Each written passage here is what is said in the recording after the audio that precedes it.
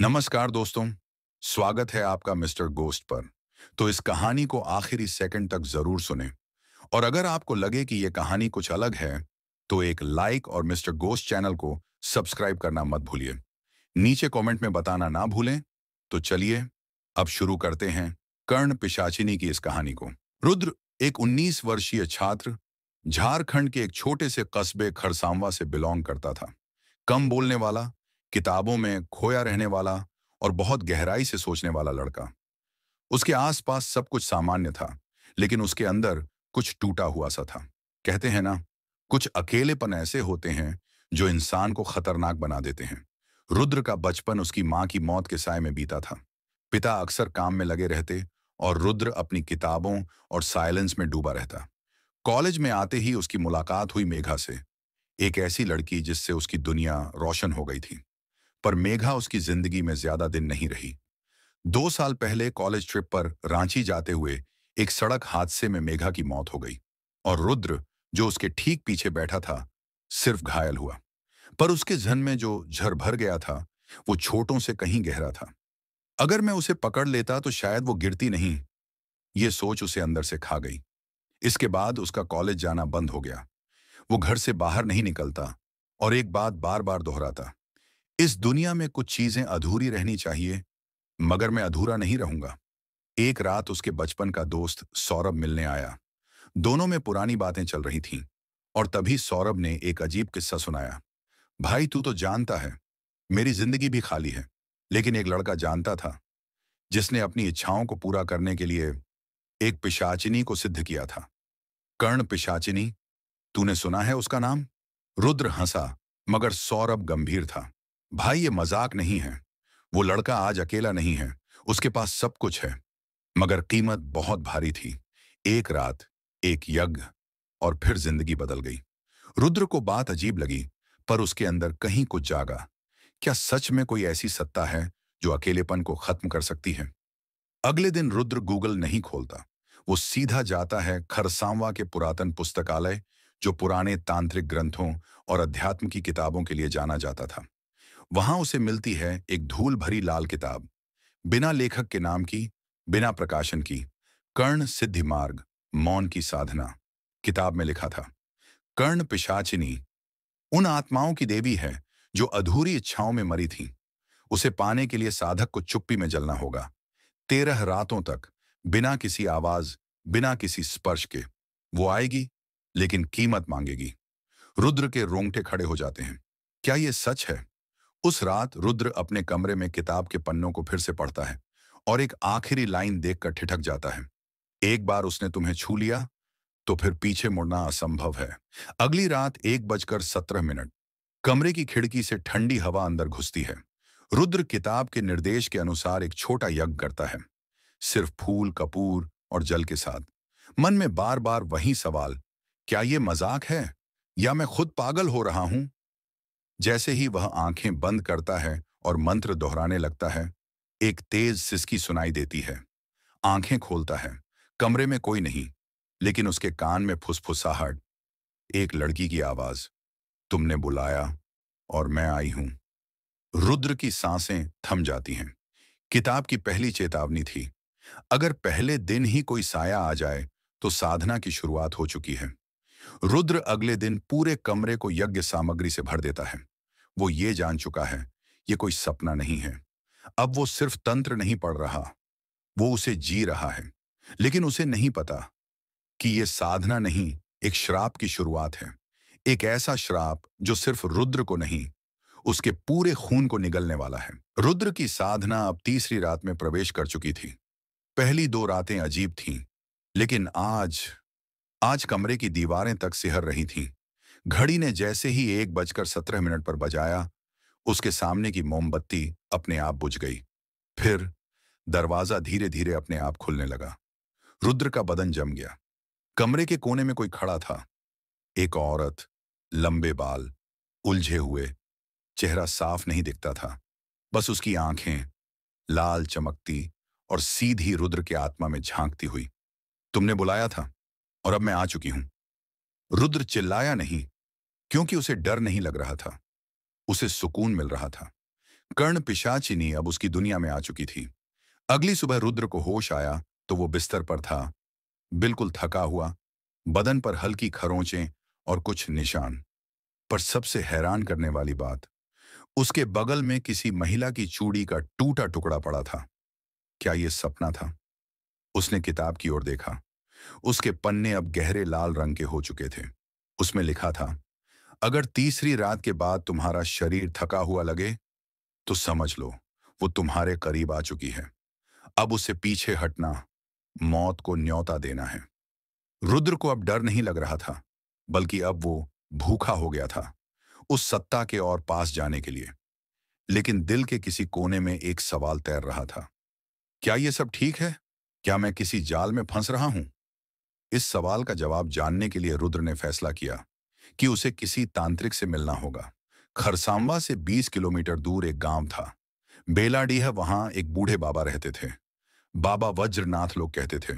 ये बाबा आत्माओं से बात करते हैं, मगर उनसे मिलने की हिम्मत कोई नहीं करता। रुद्र वहां पहुंचा। बाबा बिना कुछ पूछे बोले, तू वो है जिसने बुलाया है उसे, वो जो अधूरी इच्छाओं में जलती है।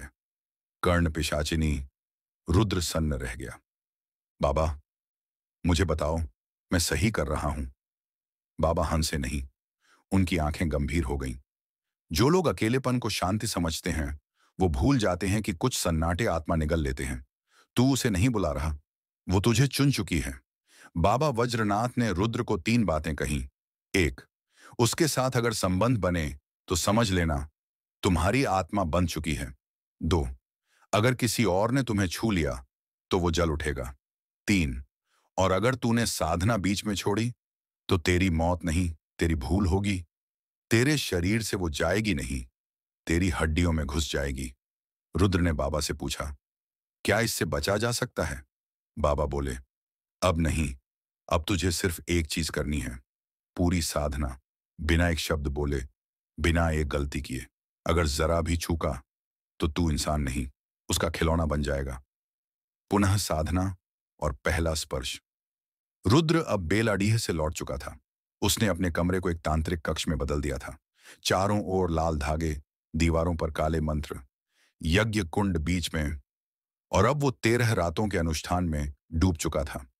5वीं रात जब वो मंत्र पढ़ रहा था, तभी उसकी गर्दन पर किसी ने धीरे से हाथ रखा।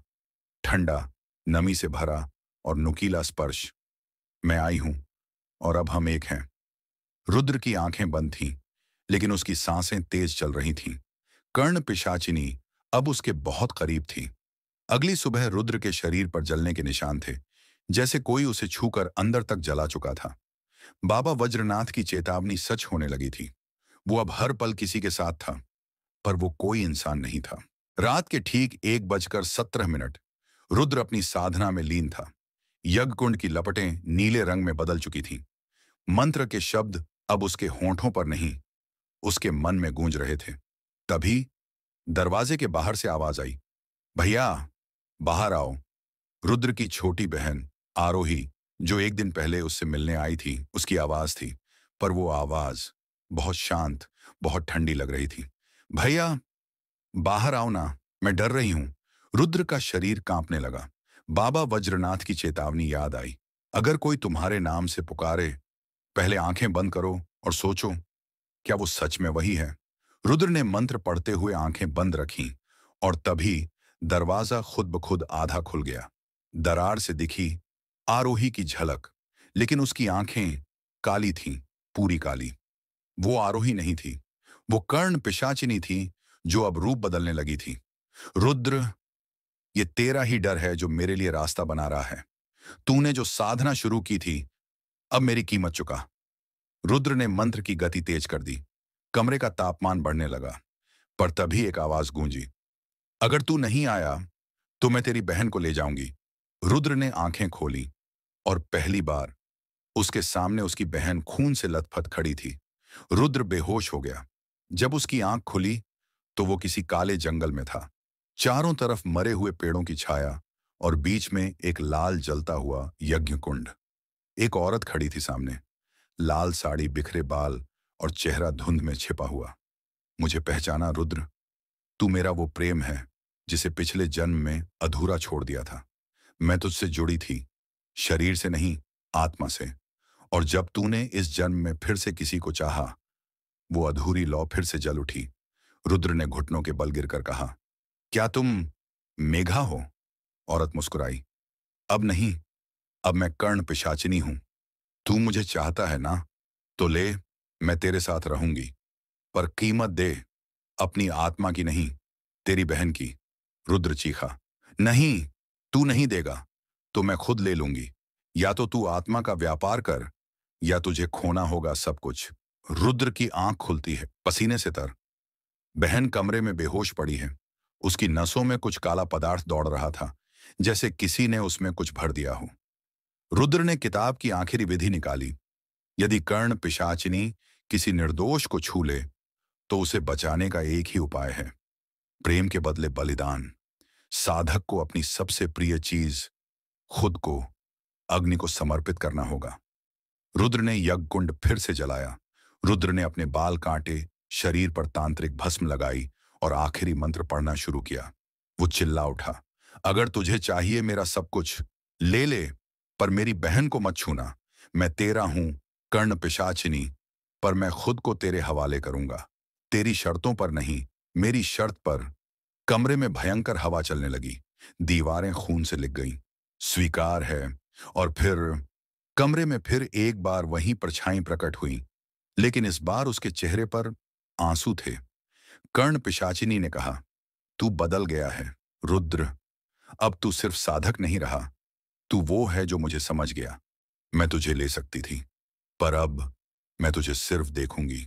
हर रात, हर दिन, जब भी तू प्रेम करेगा, मैं वहां होऊंगी। घड़ी की सुई एक बार फिर पर थम गई। रुद्र अपने यज्ञ कुंड के सामने बैठा था। सांसें भारी थीं, आंखें लाल। 8 रातें बीत चुकी थीं। हर रात एक नई परीक्षा, एक नया दर्द। पर 9वीं रात ये कुछ अलग थी। दरवाजे पर फिर से दस्तक हुई, धीमी, लगातार, जैसे कोई बाहर खड़ा इंतजार कर रहा हो। रुद्र ने मंत्र नहीं रोका, लेकिन तभी रुद्र, ये आवाज किसी और की थी। न कर्ण पिशाचिनी, न आरोही, ये थी मेघा की। रुद्र की आंखों से आंसू बह निकले। वो उठकर दरवाजे तक गया, बिना खोले दीवार से कान सटाया। रुद्र, तुमने मुझे क्यों छोड़ा? मैं मरी नहीं, मैं अधूरी रह गई, और अब मैं यही हूं। दरवाजे के पीछे रुद्र कांप गया। कर्ण पिशाचिनी ने कभी उसका नाम नहीं लिया था। अगर ये सच में मेघा है, तो वो मुझे खींच क्यों नहीं रही? या फिर ये उसका ही एक और रूप है? रुद्र ने अगले दिन अपनी अलमारी से वो डायरी निकाली जो कभी मेघा ने उसे गिफ्ट की थी। उसमें एक लाइन बार बार लिखी थी, अगर मैं मर भी जाऊं तो मेरी आत्मा तुम्हारे पास रहेगी।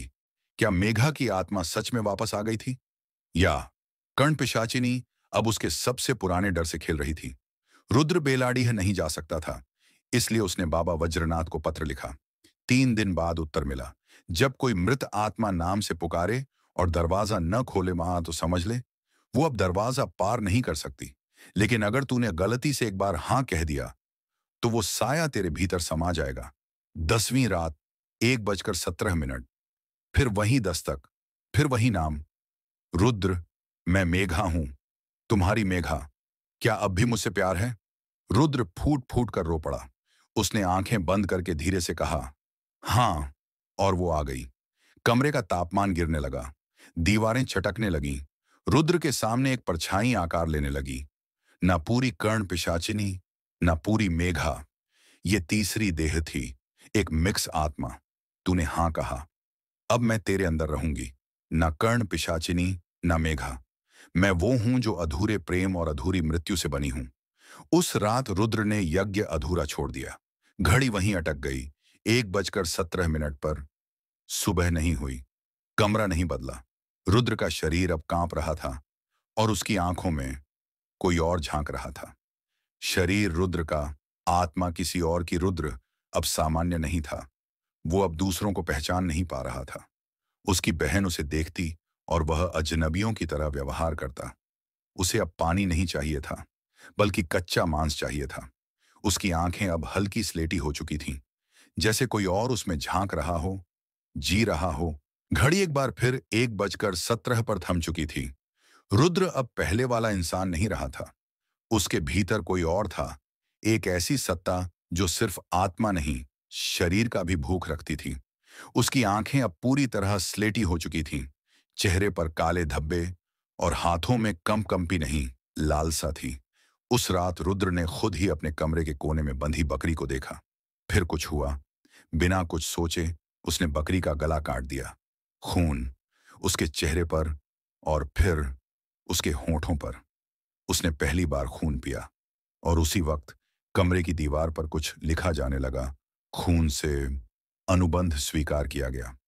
अगले दिन रुद्र की आंख खुली तो वह जमीन पर पड़ा था। कुंड सूखा हुआ था, पर किताब खुली थी और उसमें लिखा था, अब अंतिम चरण शुरू होता है।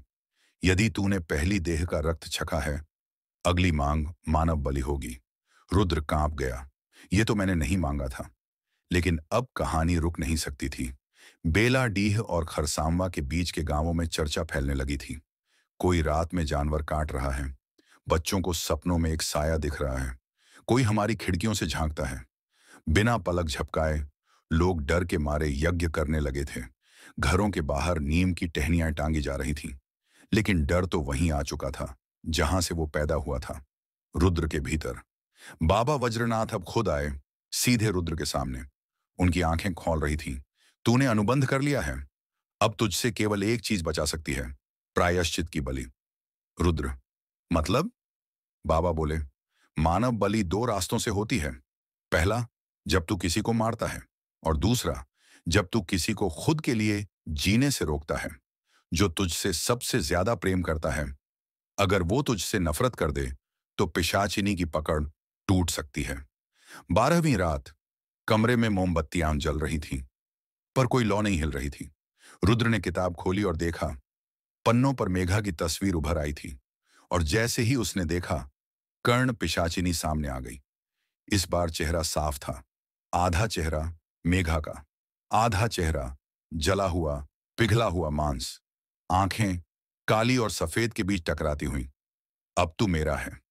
अब तुझे वो करना है जो तुझसे पहले किसी ने नहीं किया। कमरे में उसकी बहन आरोही सो रही थी। किताब में लिखा था, अगर साधक अपना सबसे प्रिय रक्त बहा दे तो पिशाचिनी साधक के भीतर पूरी तरह समा सकती है।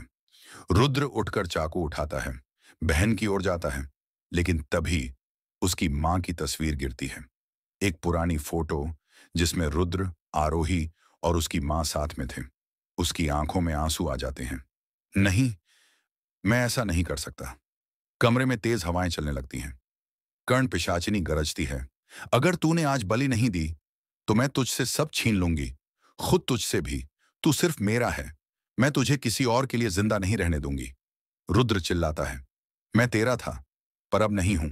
रात फिर वही थी। घड़ी ने 1:17 पर बजाया और रुद्र ने कमरे के दरवाजे बंद कर दिए।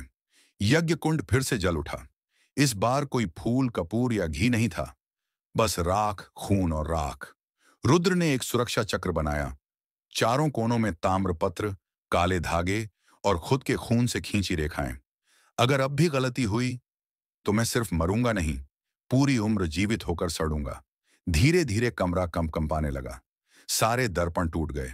फर्श पर खून की लकीरें बनती चली गईं, खुद ब खुद। और फिर वो आई, कर्ण पिशाचिनी, अपने पूर्ण स्वरूप में। चेहरा अब 3 हिस्सों में बटा था। 1, पहला, मेघा जैसा मासूम। 2, दूसरा, किसी अनजान स्त्री का जलता हुआ चेहरा। 3, तीसरा, एक काली खोपड़ी जिसके होंठ नहीं, सिर्फ आवाज थी तेरे पास, एक रात है रुद्र। या तो तू खुद को सौंप दे, या वो सब ले ले जिसे तूने अब तक बचाया है। रुद्र चुप रहा। उसने मंत्रों की गूंज में खुद को डुबा लिया। जैसे जैसे मंत्र बढ़ते गए, कर्ण पिशाचिनी का चेहरा बदलने लगा। वो गुस्से में चीखी, तू मुझे बाहर रोक सकता है, पर तेरे अंदर से नहीं।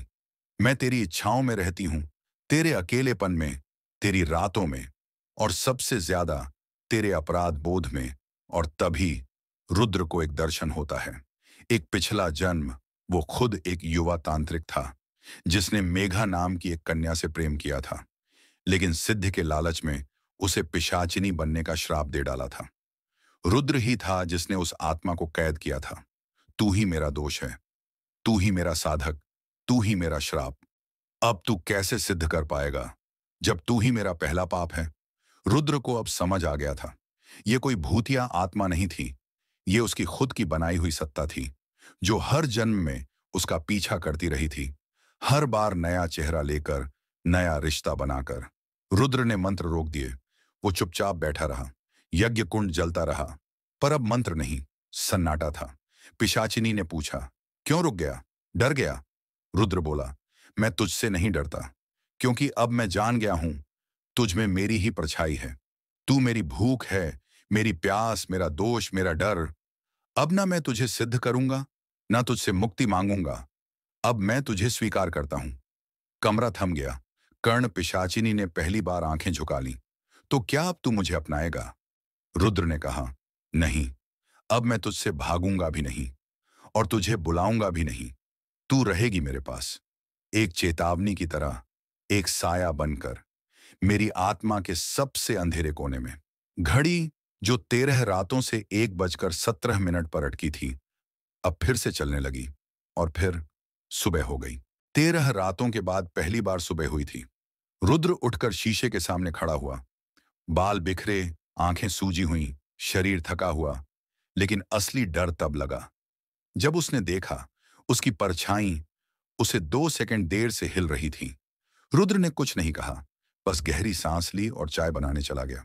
लेकिन जैसे ही गैस ऑन की, चाय का बर्तन अपने आप फर्श पर गिर गया। कोई था पीछे।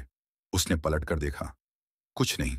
लेकिन तभी उसके कान में एक जानी पहचानी फुसफुसाहट, अब मैं तेरे साथ हूं, हर सांस में, हर सोच में।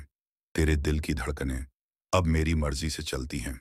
रुद्र अब एक दोहरी जिंदगी जीने लगा था।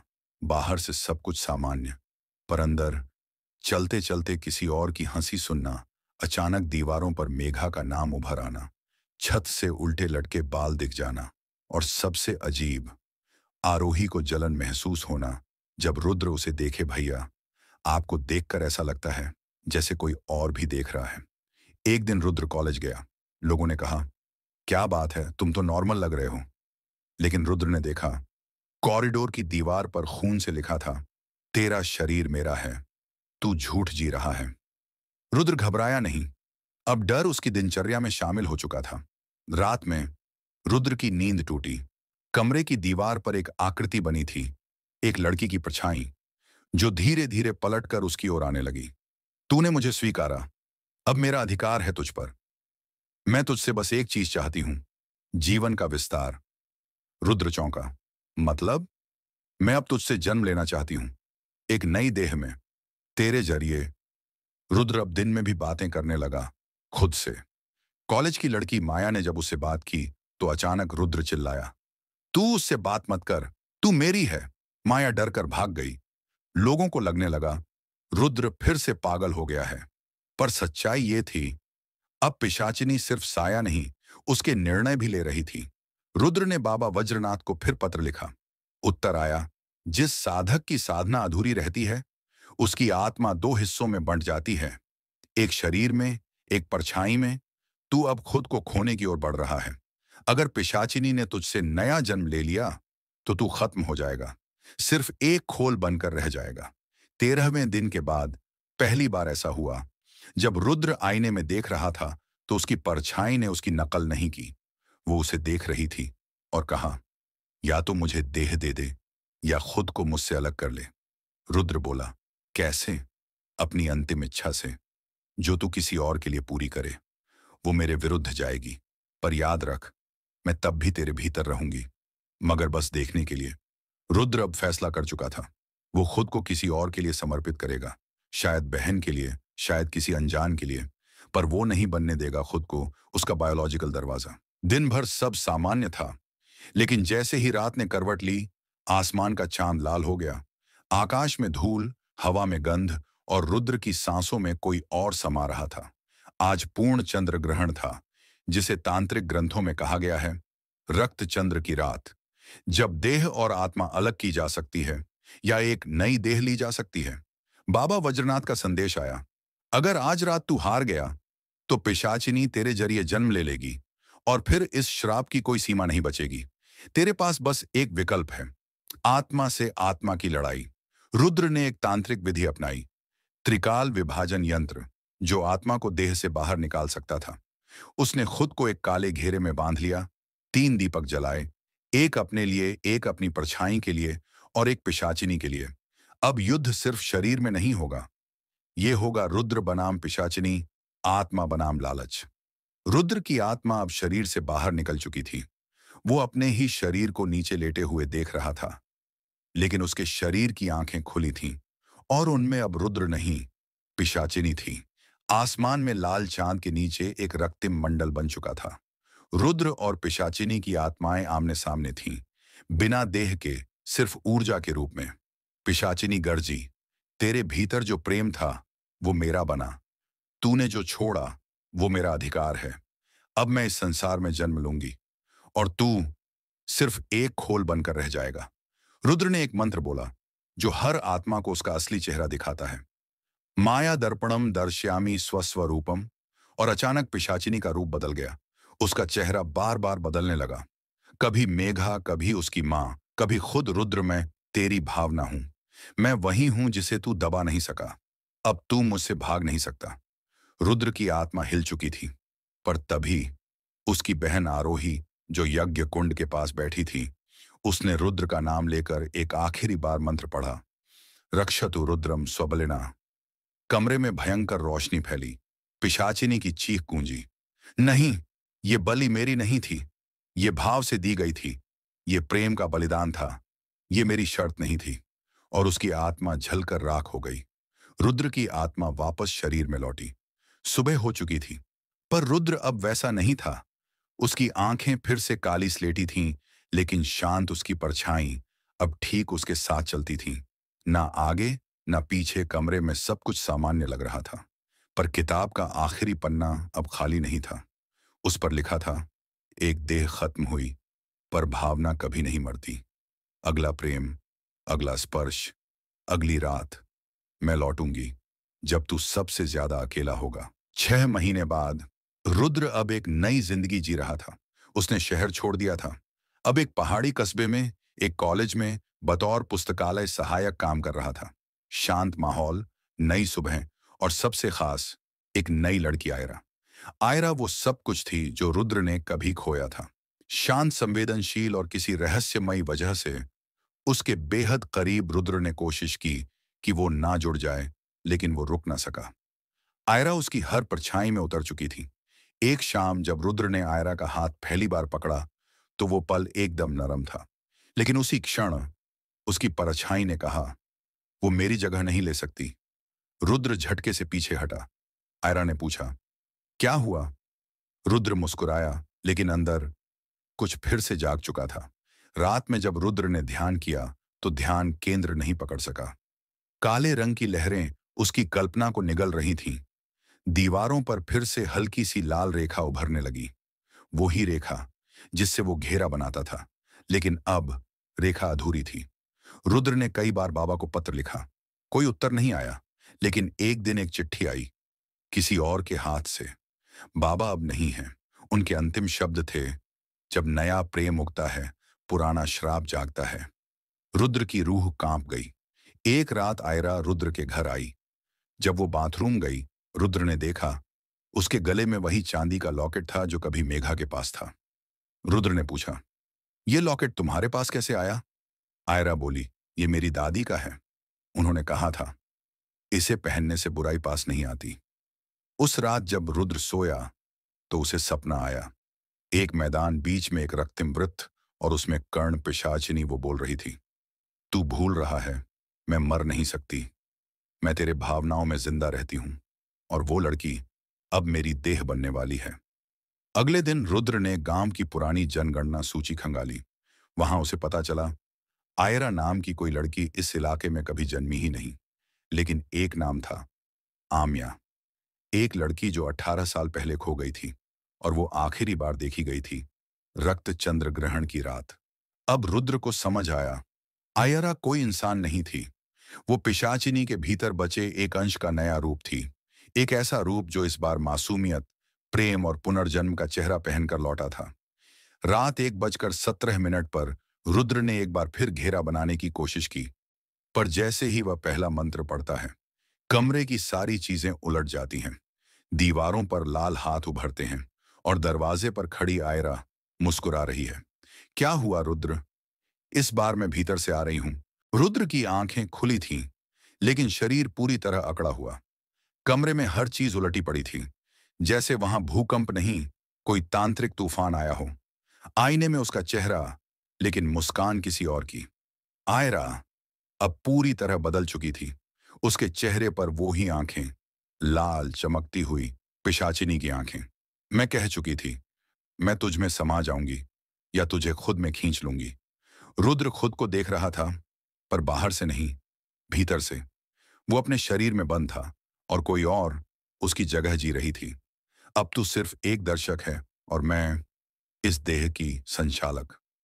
ठीक उसी वक्त कहीं दूर जंगलों में एक योगी समाधि से बाहर आया। बाबा वज्रनाथ नहीं थे, लेकिन उनका शिष्य शांतिरक्ष अब तैयार था। उसने ध्यान लगाया और कहा, कर्ण पिशाचिनी अब अंतिम रूप में आ चुकी है। एक आखिरी विधि है, श्राप मोचन यज्ञ, लेकिन इसकी कीमत खुद साधक का अस्तित्व होगा। रुद्र की आत्मा अपने भीतर संवाद कर रही थी। अगर मैं खुद को मिटा दूं, तो शायद वो भी मिटे। पर क्या ये आत्महत्या होगी या बलिदान? तभी उसकी बहन आरोही आई और देखा कि रुद्र चुपचाप बैठा है, आंखें खुली, लेकिन आवाज नहीं। वो चिल्लाई, भैया, आप अंदर हो ना? कोई तो उत्तर दो। रुद्र की आत्मा टूट गई। उसने निर्णय लिया, अब अंत समय है। आरोही ने बाबा शांतिरक्ष के निर्देश पर पुराने घर के सामने यज्ञ कुंड बनाया। रुद्र को ले जाकर उसमें बैठाया गया। कमरे में 3 दीप जलाए गए, एक रुद्र के लिए, एक कर्ण पिशाचिनी के लिए और एक उन दोनों की आत्मा के बीच संतुलन के लिए। यज्ञ शुरू हुआ। रुद्र का शरीर तड़पने लगा।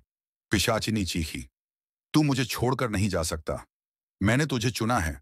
मैंने तुझसे जन्म लेने की कसम खाई है। अगर तू गया, मैं भी चली जाऊंगी, लेकिन साथ में सब कुछ जला दूंगी।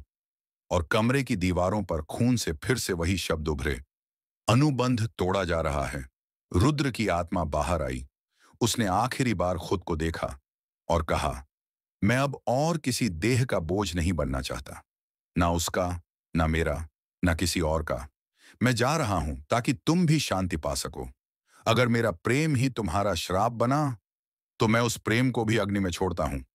यज्ञ कुंड से भयंकर लपटें उठी। पिशाचिनी की चीख गूंजी, रुको, रुको, तुम मुझे समझ गए हो रुद्र। पर अब देर हो चुकी है और अग्नि की लपटों में 2 परछाइयां एक साथ जल उठी, रुद्र की आत्मा और कर्ण पिशाचिनी का अस्तित्व। सुबह का सूरज उगा। यज्ञ कुंड राख हो चुका था। रुद्र की देह शांति से लेटी हुई, चेहरे पर एक हल्की मुस्कान के साथ। 10 साल बाद आरोही अब एक एनजीओ चलाती है, मानसिक पीड़ा से जूझ रहे लोगों की मदद करती है। एक दिन एक अनाथ बच्चा लाया गया, 5 साल का, चुपचाप। जब उससे नाम पूछा गया, वो बोला, मेरा नाम रुद्र है। और उसकी परछाई दीवार पर 2 सेकंड देर से हिली। तो दोस्तों, ये कहानी यहीं खत्म होती है, या शायद अब शुरू होती है। अगर आपको लगा कि ये कुछ अलग था, तो इस वीडियो को लाइक करना मत भूलना। और अगर आप चाहते हो अगली कहानी उससे भी ज्यादा खतरनाक हो, तो मिस्टर गोस्ट चैनल को सब्सक्राइब करो अभी। अगली बार कौन सी आत्मा आपके पीछे खड़ी होगी, ये सिर्फ वक्त बताएगा। मिलते हैं अगली कहानी में।